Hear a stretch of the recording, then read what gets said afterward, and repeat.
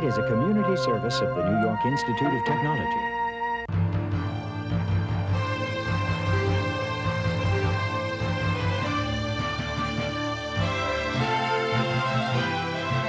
Covering the news of Nassau and Suffolk Counties, Long Island News Tonight with Ken Eckhart, Carol Peck, and the award-winning LI News team.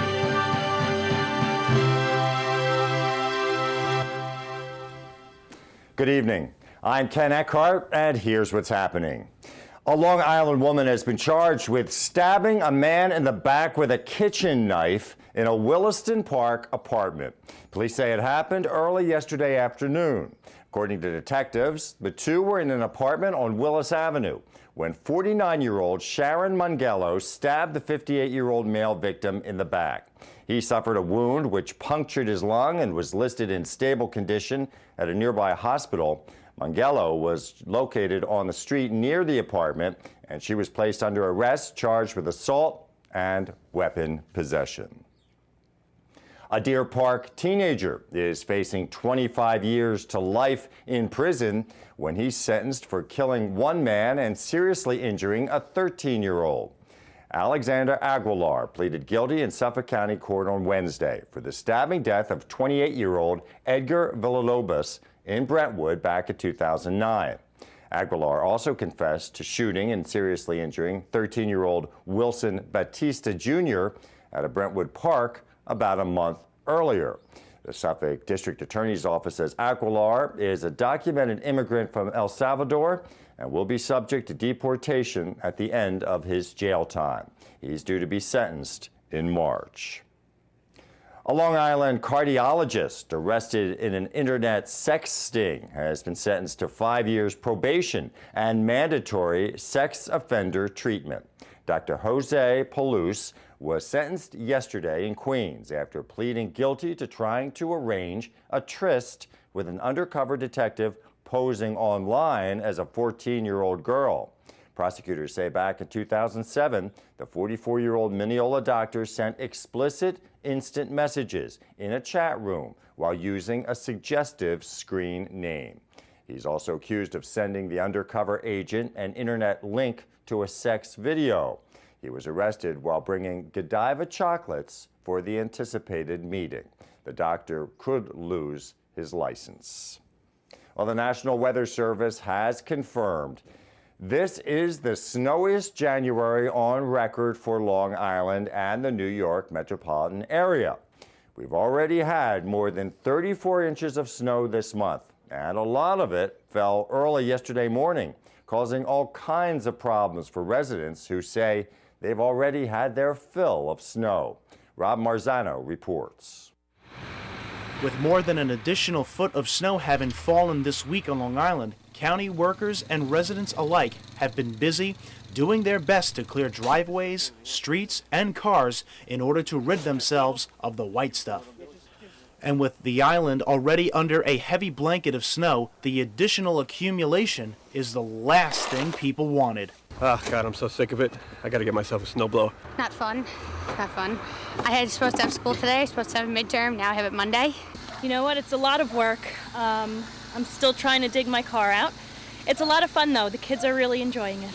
It snowed several times since the December 27th blizzard, and the National Weather Service says it's the snowiest January on record, with more than 34 inches of snow falling on Long Island this month, breaking the previous record of 21.5 inches in 2005. However, one Long Islander has a plan to rid himself of the snow. God. I'm going to move to Florida. That's what I'm doing. And forecasters are expecting more snow over the weekend. In Westbury, Robert Marzano, LI News Tonight. A fire hydrant near your home can help save you and your family's lives in the event of a blaze, but it won't do any good if the fire department can't find it under a mound of snow. In this story that we first showed you earlier this month, Stephen Katove reports on the importance of uncovering fire hydrants located near your home. A winter snowfall may appear serene and harmless, but it could actually pose a safety threat to all of us. That's what the Nassau County Fire Marshal's office is saying after last week's heavy snowstorm left many area fire hydrants hidden under a mountain of snow and impossible to get to in an emergency. Division Supervisor Vincent McManus says that's why it's so important for the public to make sure that fire hydrants near their homes are shoveled out as quickly as possible. If someone has a fire hydrant, either near their property or on their corner, we ask them to adopt the hydrant, make it their own, go out and care for that thing, and shovel it out so first responders and firefighters can locate it in the event of an emergency. McManus says winter has only just begun and residents need to remember to make shoveling out hydrants part of their winter storm routine. And he says hydrants on industrial blocks and in front of businesses can't be forgotten. Normally in a winter emergency such as the one we just had, most fire departments, including all the volunteer fire departments, will be on standby. They'll have people dedicated to responding and standing by during the event. Usually when they're doing that, they will go out and try to uncover and access as many of these hydrants as they possibly can, but with hundreds of fire hydrants in each particular community, we certainly need the public's help. And the problem isn't just the snow falling from the sky. Hydrants also wind up buried when street plows push the snow up and over them. McManus says there were no reported incidents over the past week where snow prevented access to a hydrant, but he says it's important to be ready anyway. The Nassau County Fire Marshal's office is urging Long Islanders to come out and shovel fire hydrants around their property. In Hicksville, Stephen Katove, LI News Tonight. A Long Island mailman has been arrested for allegedly stealing coupons that were supposed to go to mail customers, then selling those coupons on eBay. Police say in all, over 7,000 JCPenney discount coupons were removed from the mail from late 2009 through earlier this month in Garden City. U.S. Postal Service carrier 38-year-old Thomas Tang of Baldwin was arrested yesterday in Westbury. He's been charged with grand larceny. Well, it was a down day on Wall Street today. The Dow dropped 166 points. NASDAQ was down 68 1/3 points, and the S&P was down over 23 points. NYIT's LI News Tonight continues after this.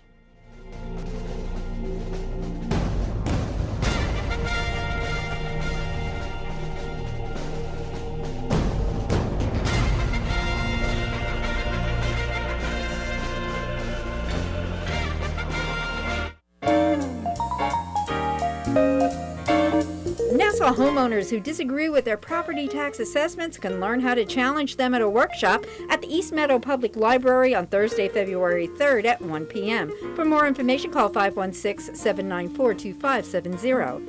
Cardiovascular disease is the #1 killer of women. Wear something red to raise awareness of heart disease on National Wear Red Day on Friday, February 4th. For more information, call the American Heart Association at 516-450-9111.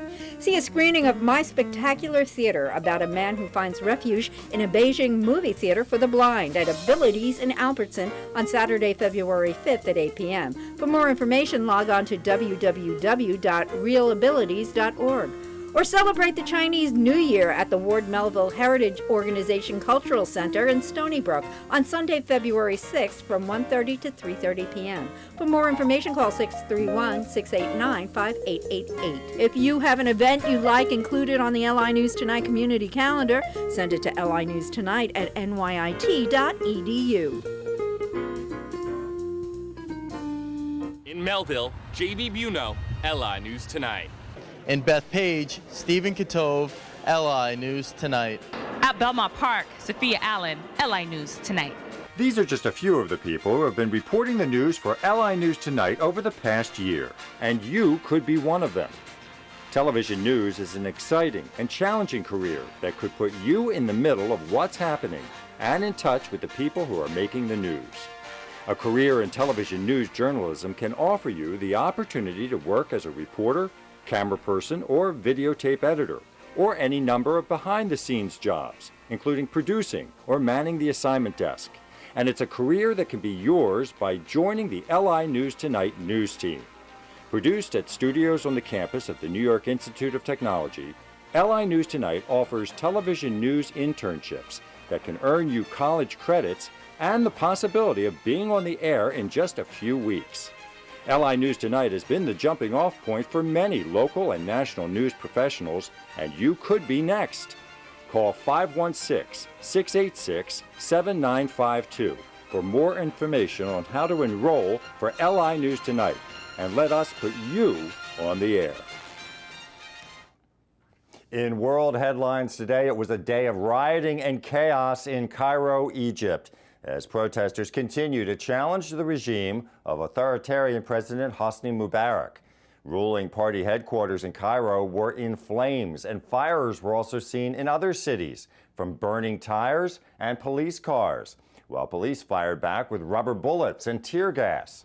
Egypt's military was trying to enforce a nighttime curfew, but despite the curfew, protesters were seen praying on the streets of Cairo after nightfall. At one point during the day, thousands of anti-government protesters armed with rocks, glass, and sticks chased hundreds of riot police away from the main square in downtown Cairo. Several of the policemen then removed their uniforms and badges and joined the demonstrators. Protesters cheered those officers and hoisted them on their shoulders. Mubarak has been in power for 30 years as leader of America's closest Arab ally. State media say China has started the first test flights of private aircraft in its tightly controlled airspace. The country has been under increasing pressure to further open its skies as available flight paths grow increasingly crowded.